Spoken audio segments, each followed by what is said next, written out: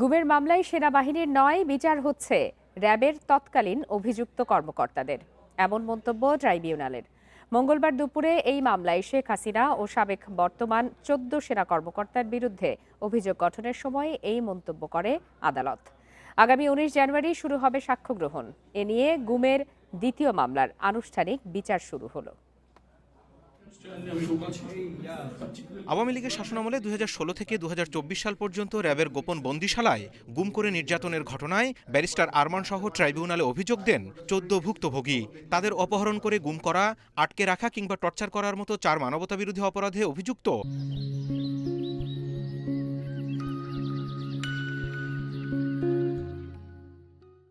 শেখ হাসিনা, আসাদুজ্জামান খান কামাল সহ ১৭ জন। এর মধ্যে গ্রেপ্তার ১০ সামরিক কর্মকর্তাকে মঙ্গলবার সকালে সেনানিবাসের অস্থায়ী কারাগার থেকে ট্রাইব্যুনালে আনা হয়। আদালত কক্ষে তাদের পড়ে শোনানো হয় অভিযোগ। এ সময় ১০ আসামি সব অভিযোগ অস্বীকার করেন। তবে ট্রাইব্যুনাল আসামিদের অব্যাহতির আবেদন খারিজ করে অভিযোগ গঠনের আদেশ দেন।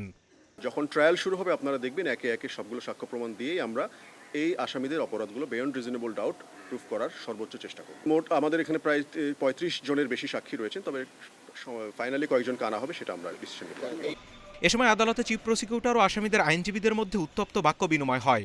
রাষ্ট্রপক্ষের অভিযোগ, উদ্দেশ্যমূলকভাবে বিচারের সময়ক্ষেপণের কৌশল নিচ্ছে আসামিরা। তাছাড়া সেনাবাহিনীর বিচার করা হচ্ছে বলে গণমাধ্যমে মিথ্যা তথ্য তুলে ধরছে তারা।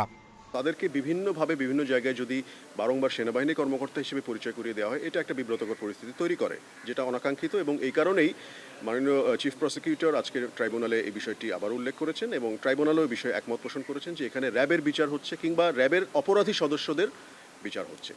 আসামিপক্ষের দাবি, সাক্ষ্য যুক্তিতর্কের সময় তাদের বিরুদ্ধে আনা সব অভিযোগ ভুল প্রমাণ করবেন তারা। চিফ প্রসিকিউটর সাহেব বলেছেন যে তিনি আননেসেসারি ডিলে করতেছেন। তখন আমি বলেছি, তো আপনিও তো তাড়াহুড়া করছেন। আমি রিপ্রেজেন্ট করি 7 জন ক্লায়েন্ট, তারপরে আমি নিজেও একটু আনওয়েল আছি এবং বিগ ভলিউম অফ পেপারস, এগুলো আমার পড়তে হবে। এদিকে র্যাবের গুম ও ক্রসফায়ারে শতাধিক হত্যার আরেক মামলায় সাবেক সেনা কর্মকর্তা জিয়াউল আহসানের বিরুদ্ধে ৪ জানুয়ারি অভিযোগ গঠনের শুনানি শুরুর আদেশ দিয়েছে ট্রাইব্যুনাল।